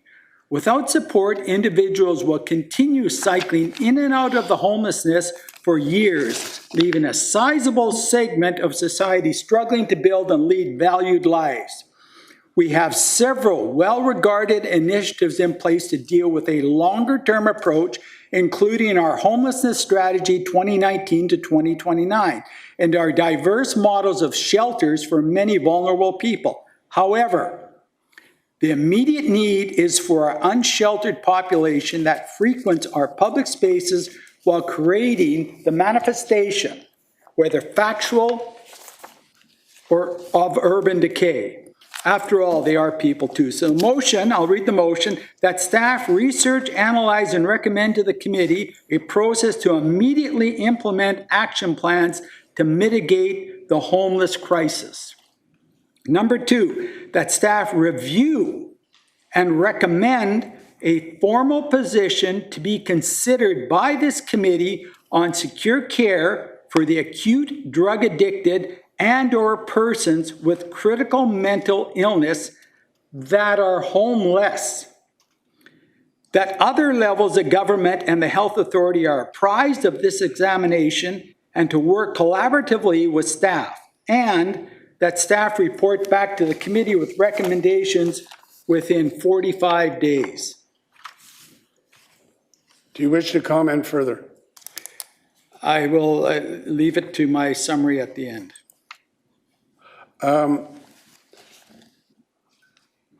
How does this relate to our homelessness strategy? Just hang on a second. It fits within our homelessness strategy. All it is moving some immediate action plans in place and asking for us to take a formal position, as I indicated in motion number 2. All right. What I get from this motion is that we need to do more now. Unfortunately, I don't think it says that. Research, analyze, and recommend to the committee a process, not plans, not recommend actions, a process to immediately implement action plans to mitigate the homeless crisis, then talk about security, et cetera, collaborate with others. Now, we've got a homelessness strategy. That's what brought this whole subject up. The homelessness strategy started in a number of years ago, I think about 4 or 5 years ago, and it has 5 strategic directions: prevent pathways into homelessness, support residents who are experiencing homelessness, provide pathways out of homelessness, foster collaboration and community building among community partners, and communicate research and monitor homelessness. I have not heard any criticism of those 5 strategic directions. And then in the last meeting we had, we went through the strategy. We talked about partnership on Astor Place. We talked about Alderbridge. We talked about a range of initiatives through UBCM, the warming centers, the drop-in centers, the food outreach, the community conversations, the city staff training, the city grant program, the health, social, and safety grant stream. So my suggestion is, with all respect to this resolution, it's not what we want. If we want to say that we want to do more now, then we can't just give it to staff and expect them to come up with some kind of a solution to what is a global problem that we as a city have conjured up. And I'd like to hear from staff as to what would come back if the motion stays the way it is, because it's talking about a process to immediately implement action plans. Just what is it that we're falling down on? And what I think we need to do, some of us were at UBCM, and that's been mentioned before at this meeting. And one of the people that we heard from was the Minister of Mental Health and Addictions. We also heard from this person who elaborated at great length as to what is being done in this entire field. Mental health and addictions are apparently some of the major causes of the homelessness. So I think that should be the motion, we should hear from that minister, to have that minister come and speak to us, And then we take all our strategies, the homelessness, the accessibility, the social development, the cultural strategies, the youth strategies, the senior strategies, and many others, and put them together and say, okay, we want to do more now. What is it that we can do? So with that, I'm going to ask staff, if you could. I just need to respond. No, you don't need to know. You will wait until you are recognized. You're rattling on about this. I am rattling on because it's on the floor. I'm asking staff to please comment on if the motion stands the way it is, what do we expect to receive within that 45-day window? Your Worship, within the 45-day window, we would be able to report back to you regarding the various strategies that are in place. And the reality is that the city is already acting on a number of fronts with a number of initiatives regarding homelessness. We would report out to you on that. In terms of motion number 2, that is something that, as you mentioned, the province is focusing on. There's a minister dedicated to that. There are experts in that area. It would not be within staff's ability to respond and report out on number 2 within the 45 days. Depending on what input is received from the province, we in fact may need more time and even a consultant to address number 2. All right, we'll go to Councillor Day. Thank you very much, Mayor Brody. Obviously, a very emotional issue for a lot of people, and we know that the numbers have increased, and when we heard earlier that pretty much doubled our numbers since the last homeless count, this is certainly not an issue that we can ignore. I feel that we as a council must be responsible to all the people in our community, especially those that are the most vulnerable. And if that means putting a fire under their butt, to be honest, then that's what we need to do, because we're not getting the support that we need. And I believe that securing care for acute drug addicted is priority 1. I think we should have a recovery center in Richmond. Securing help for people with critical mental illness. I mean, why would we not ask for that? I mean, we know that there isn't near as many facilities for mentally ill as there was even in the 70s. And apprising the government and the health authorities of our need here in Richmond is responsible.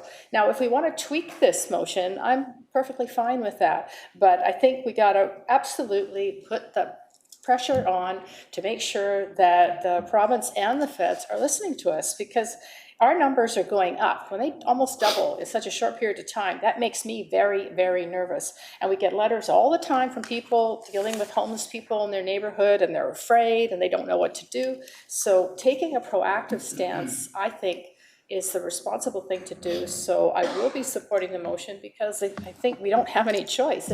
Doing nothing doesn't work. And I went online and found a whole bunch of really cool ideas for micro houses. And I think we could take care of this problem if we work with the province and the feds. And I think that this motion puts us in that direction. Maybe it's not going to take us all the way there, but it'll put us in that direction. And we absolutely need to get some money for outreach workers, especially at night, because that's when the issue is the biggest. And yeah, I'll be supporting it. Councillor Hobbs. Thanks, and through the chair. Yeah, there's no question that some of the comments that have been said are completely accurate and true. We do have a crisis happening with homelessness. Metro Vancouver has a crisis. British Columbia has a crisis, Canada, and globally. We are all facing similar facts and situations. So there are a lot of factors that come into play: socioeconomic factors, drug addiction we heard about, mental health, mental wellness has something to do with it, but and individual circumstances vary greatly.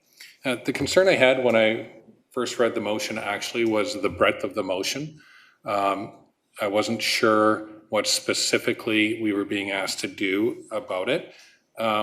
And that is a question I would like clarified as we go on today. And part of that is some of these issues are the jurisdiction of other levels of government. And whereas the city never wants to be seen to be not helping and not participating, that's not the point. Point is, I do have a concern about downloading financial issues that are part of the province or the federal government to the city, because quite frankly, we have a limited ability to pay for that kind of thing. So perhaps I can hear some more about that, what it is that we're being asked to do. So in terms of mental health, for instance, are we being asked for facilities in Richmond, or are we being asked to advocate for facilities within the region or the province? Same goes with drug addiction. Both of those issues can be like a highway, and you can be going very fast down that highway, not in a good way, and you need off-ramps to deal with the issues that you may be dealing with. So encouraging other levels of government, I don't have a problem with at all. I just am concerned about downloading. So a question for staff is, and there was just a comment made about what we're doing and what we're not doing. So I would like to hear from staff, if I could, through the chair. What have we been doing? We heard a couple things, but with the different reports, just like earlier on with the disability report, there's about 17 organizations, and there was a list, a glossary of different reports that all interplay. So I'd like to hear from staff, what is it that we're doing now? And is there something that occurs to staff that we could do in the short term?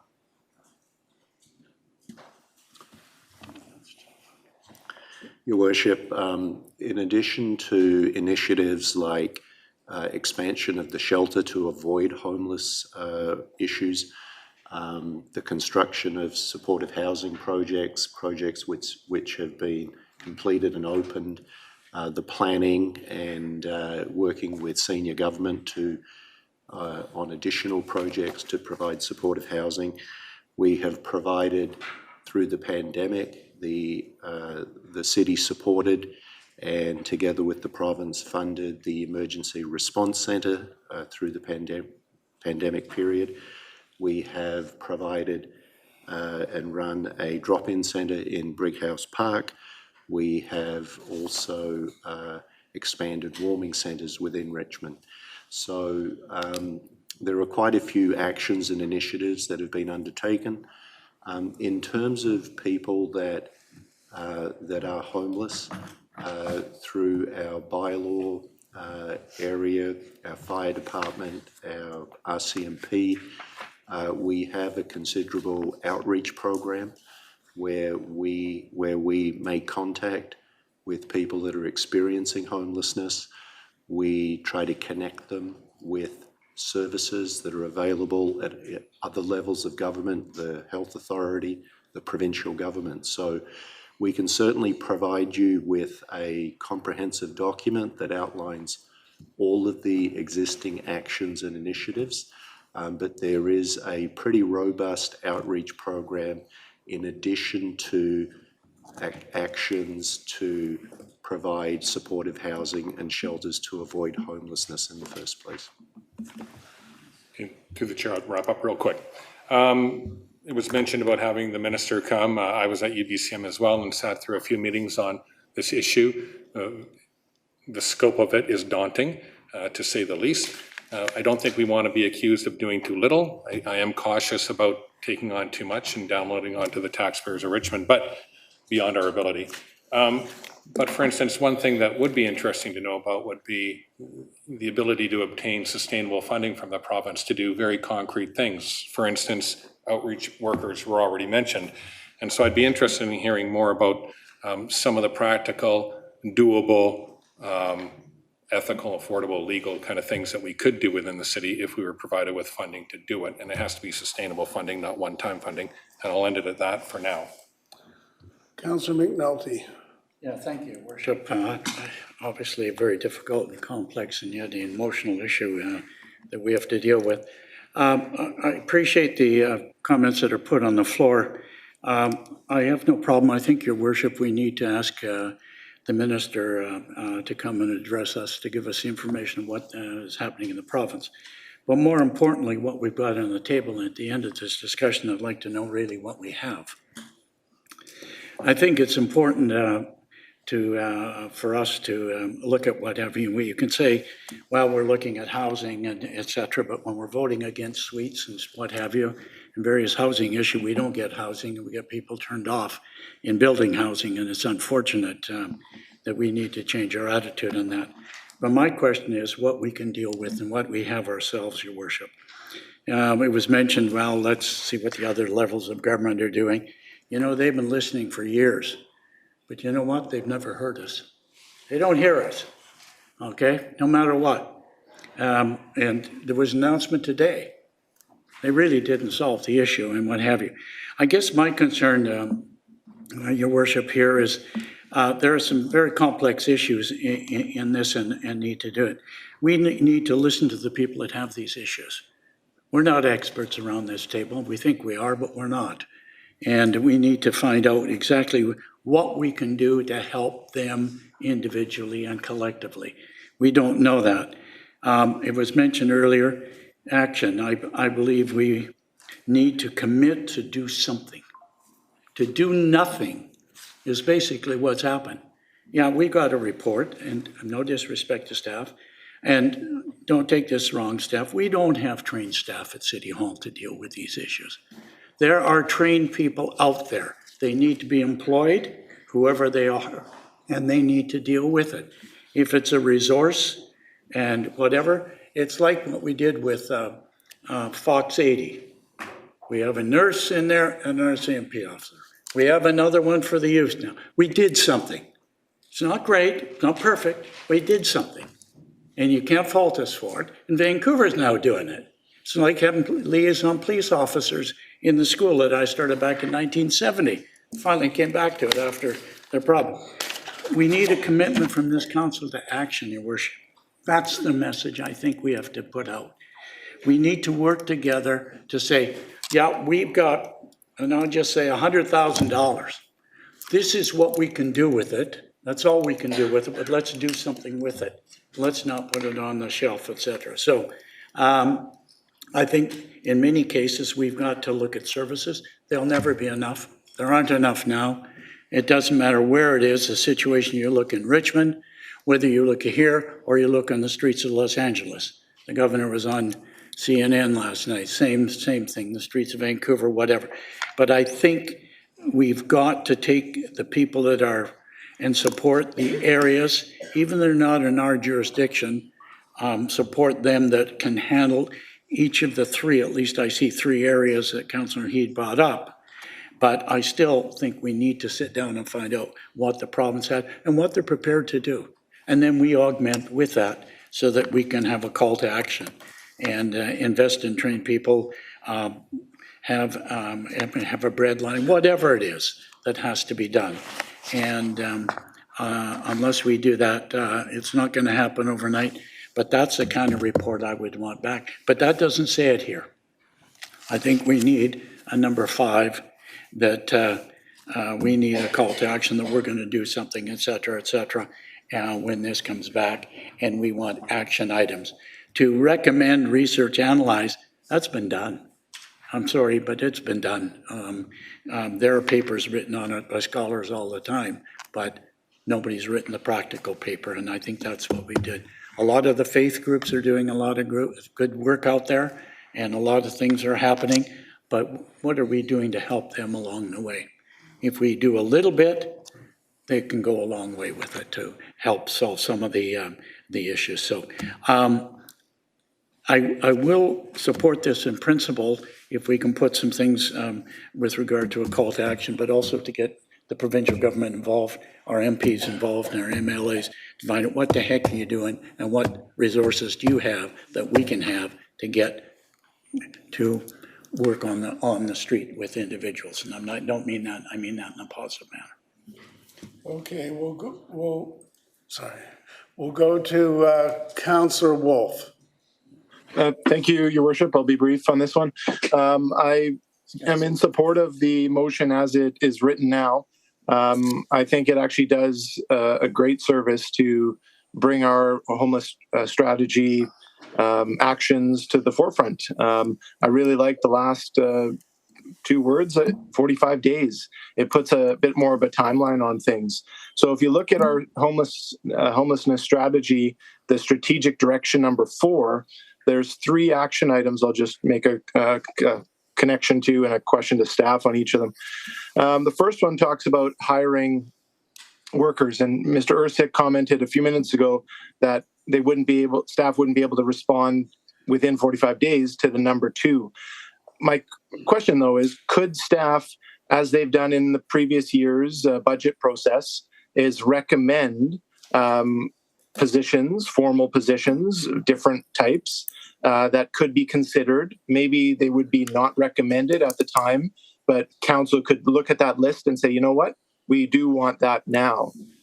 So could staff still plan to do that at the upcoming budget process? And could one of those be an outreach worker, not a desk worker? We need more city staff outreach workers. Does staff want to reply to that? Go ahead. Just a minute. Yeah, there you are. Your Worship. Yes, staff are currently working on the budget preparation for next year. At the senior staff level, we have sat down with our staff that are involved with outreach with homeless people. We have identified, or it has been identified, that there's a need for outreach positions, and so they are being considered as part of the budget deliberations at the staff level. You haven't seen that yet, and it's premature to determine where that will end up, but at the staff level there is consideration being given to outreach positions. I appreciate that. That's really great to hear. Thank you. My next question relates to the strategic direction for the second part of it, which is about the community homelessness table, which we've created. We heard from Ms. D. Whalen earlier tonight that the Richmond Poverty Reduction Coalition nor Richmond Homeless Connect are involved as being members or part of that table, or even invited to speak to that table. Could staff comment on that? Can you comment on that to staff? Your Worship, only in very general terms. There is a particular composition at that table. If there's an interest in reviewing the membership of the table, I would suggest that you refer this to staff so that we can come back to you with a fuller response.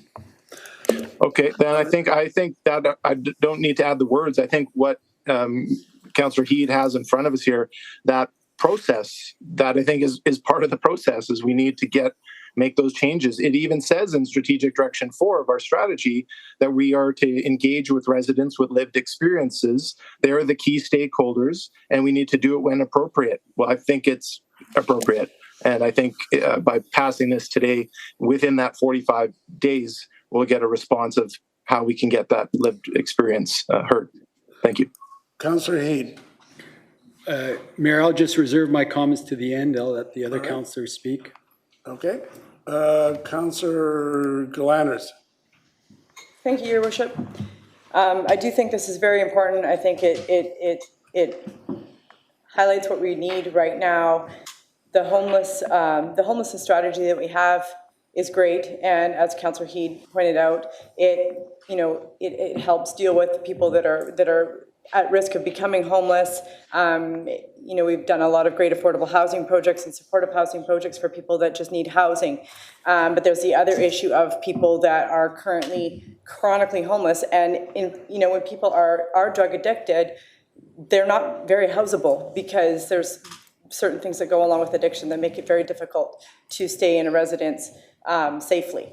So until we demand and highlight that we've got a population here that needs access to detox services, and we need those here in Richmond with a continuum of care that's going to lead to a stabilization and housing after treatment, we're not going to get anywhere with the homeless population of the people that are chronically homeless. Because right now there is no help for people like that in Richmond.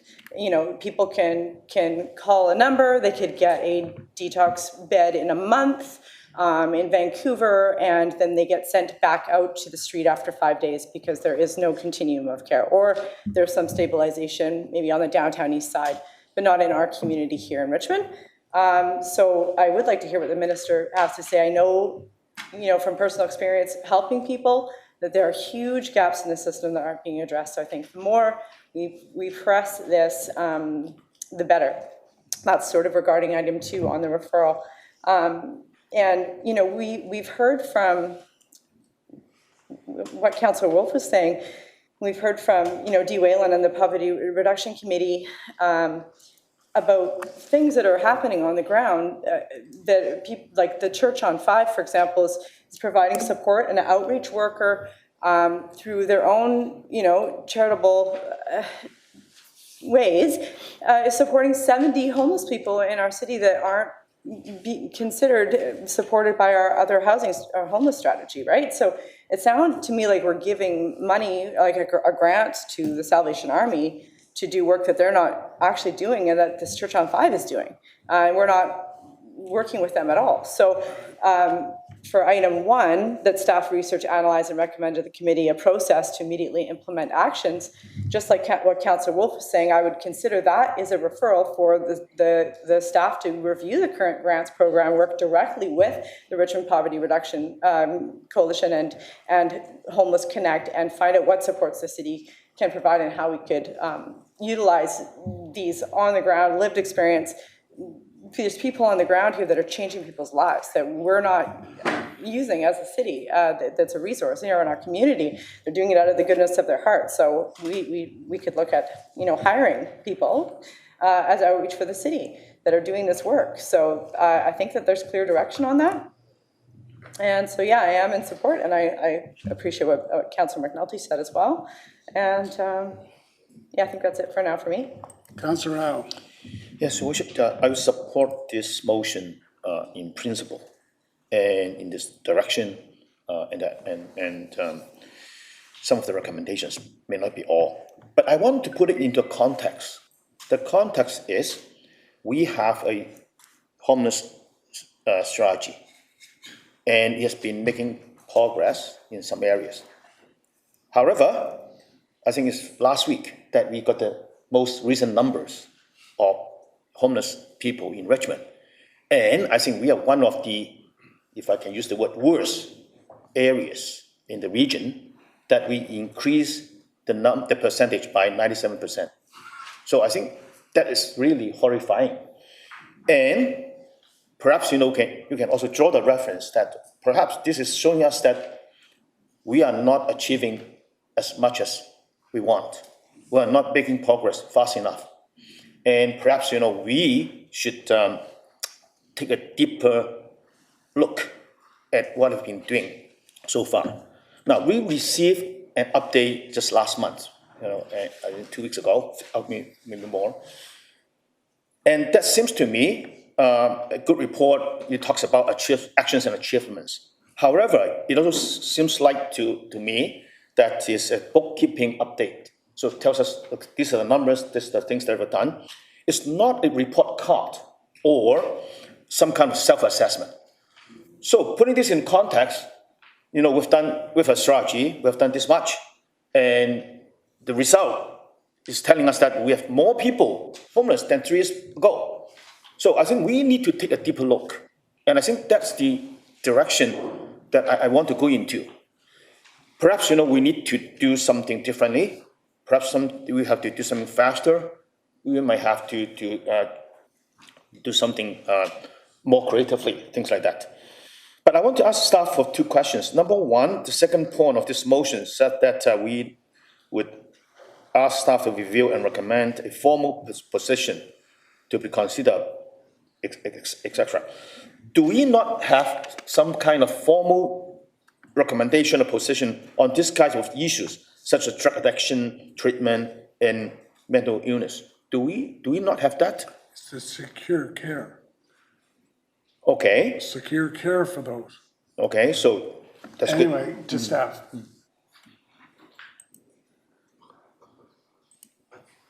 Go ahead. Through your worship, no, we don't have a position that I'm aware of on that issue. My comments on this relate to the fact that there is a minister responsible in this area as a provincial responsibility. We do not have the expertise on staff to deal with the issue of secure care in these situations. And so certainly, I think it would be useful to hear from the province on this. And given the lack of, quote, expertise on city staff currently in this area, we would likely need an external consultant or someone to assist with motion number 2. Right. Okay. And my second question is about number 3, which is, again, asking other levels of government to, including the health authority, to work collaboratively with staff. Again, what's staff comments on that? Has it been working or not working? Or, you know, if we adopt this as part of the motion, then what are we expecting? Well, in general terms, we have very good communication and very good relations with staff in other levels of government. So is it working or not? I think everyone has to decide for themselves. In some ways, the numbers that came out, although the homeless count, yes, it was a large percentage increase, but I think that a lot of the actions that the city has undertaken, if they hadn't been undertaken, that number could have been an even higher increase. So, you know, whether the senior levels of government are being successful in this area, I think it's for individuals to determine. But we do have a good rapport and good relations. I can't speak for how quickly senior levels of government would respond to a motion like this. And so the 45 days troubles me because... Okay. Councillor Liu, we are running short. Thank you, Worship. I know we did meet with Minister Whiteside, the Minister of Health and Addictions at UBCM. We talked about the issues that we're experiencing here in Richmond. We talked about some of our frustrations. We also talked about how we were able to take advantage of opening up a foundry here in Richmond for youth who need support and help. We also met with Minister Callon for housing, so we talked about housing and that. And certainly we've recently opened up a seniors, or approved a seniors housing project, affordable rental, I think it is, down on Railway. And so I think we're moving forward and trying to do a lot on a number of these fronts. I know personally when I read the homeless report, I was disappointed to see that our numbers had gone up as much as they had, because I know we've been doing a lot of work. We've opened up a new 40-room supportive housing. So, you know, you keep looking at how we keep opening up spaces for people, yet the need still keeps growing somehow. So somehow we're not dealing with mental health and addictions. We're not dealing with affordability. We're not dealing with options for seniors who are at risk and running into financial problems. We're seeing rates go up. And so it seems like it's a variety of things. Maybe I give our staff too much credit, but I think if there was some quick, easy wins, they would have brought them forward. If they thought something in the next 6 weeks was going to come and be a magic pill, they would have come forward with some of these things. I'm curious about where Councillor Heed is going with this recommendations on a formal position for secure care for acute drug addicted people. Is this contemplating forced hospitalization or treatment? Is that our role to have a formal position on this, or are we looking for something a little bit different? And is that outside of our jurisdiction of what we do? We just support it or don't support it versus us advocating for something that extreme. I will support this because I think it can go forward, and we'll come back and we'll get some new ideas, and we can have some ideas whether or not there's something more we can do. And specifically, maybe there is something quick we can do if we pull it together with other orders of government for, say, some sort of seniors high barrier housing, but I know that we have been working on a whole bunch of different fronts, on a whole bunch of these different areas. And I know staff isn't just lying around waiting for something to do. They've been actively working on this, and we've been meeting with people in the province. Like, we spent the entire week at UBCM, meeting after meeting, going and talking about these things and talking about our needs in Richmond, talking about the successes that we've had with our Yankee 30 program, our Foundry, and the various other things that we've done, and then the need, how the need is still there, and that we're keen to be involved in anything more, a pilot project that we can do to help more people. We brought that up. We said to Minister Whiteside, if there's a pilot that's available, we'd like to be a part of it. Yep. Thank you. Councillor Heed, to wrap it up.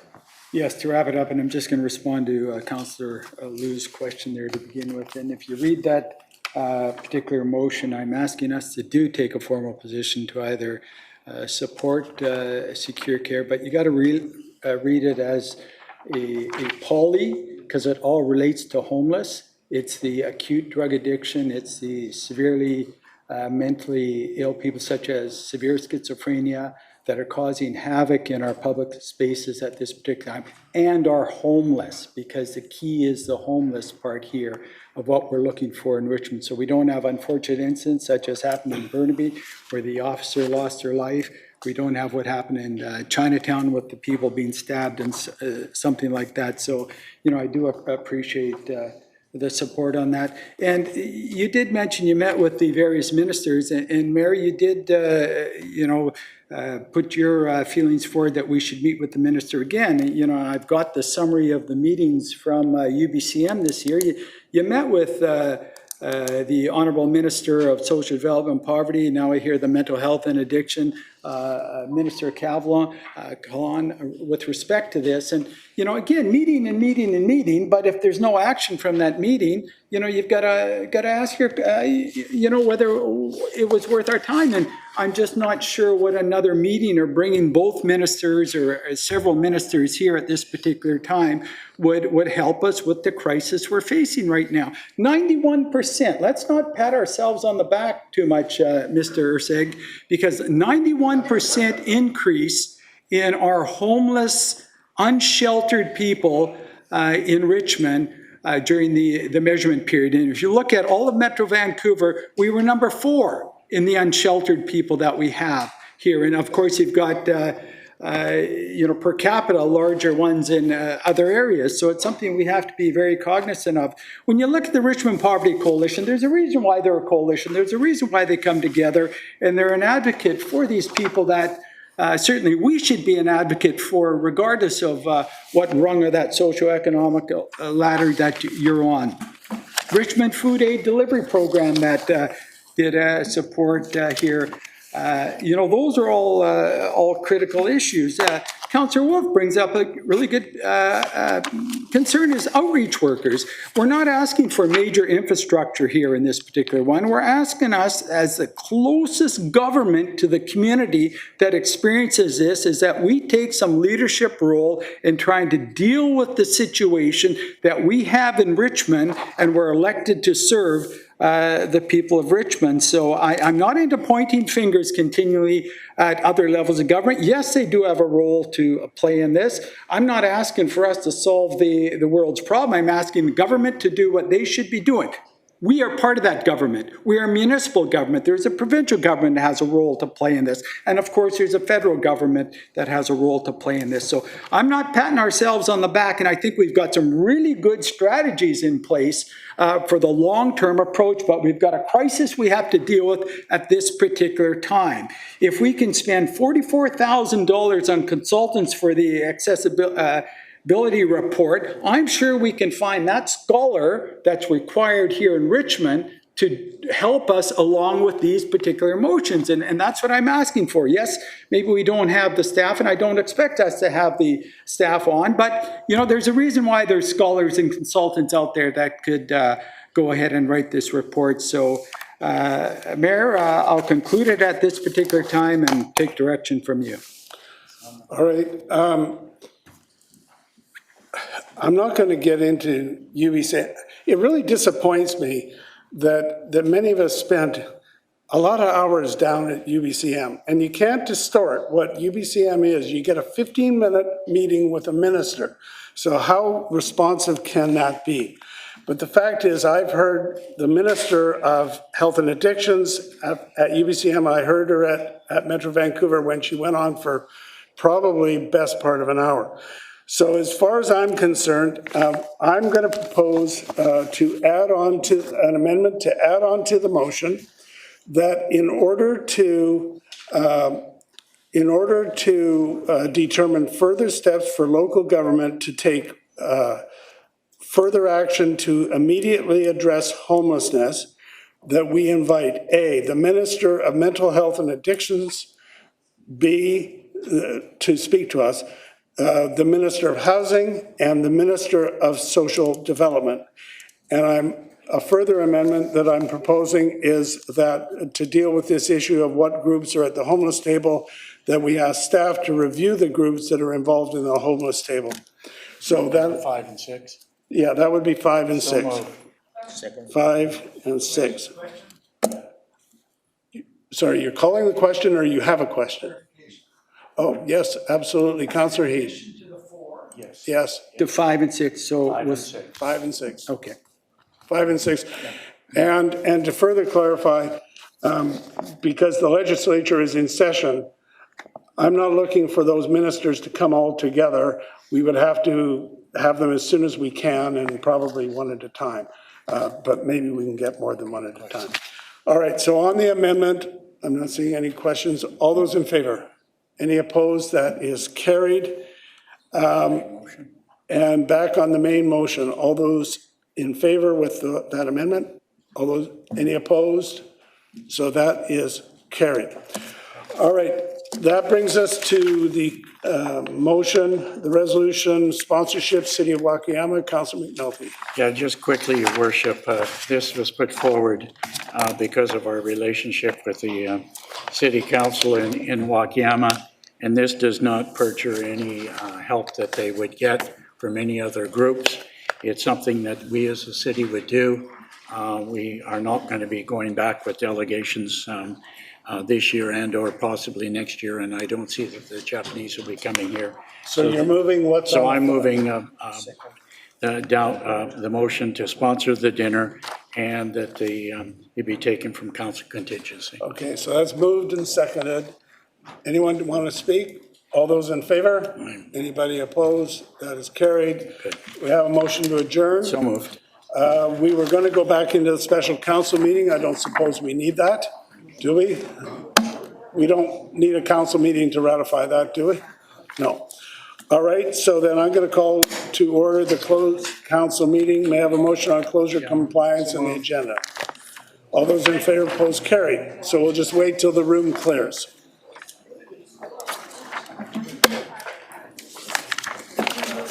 Special open council? No, we're not doing it. Oh. We're not doing it because we turned it down. So what do we need to turn it down again?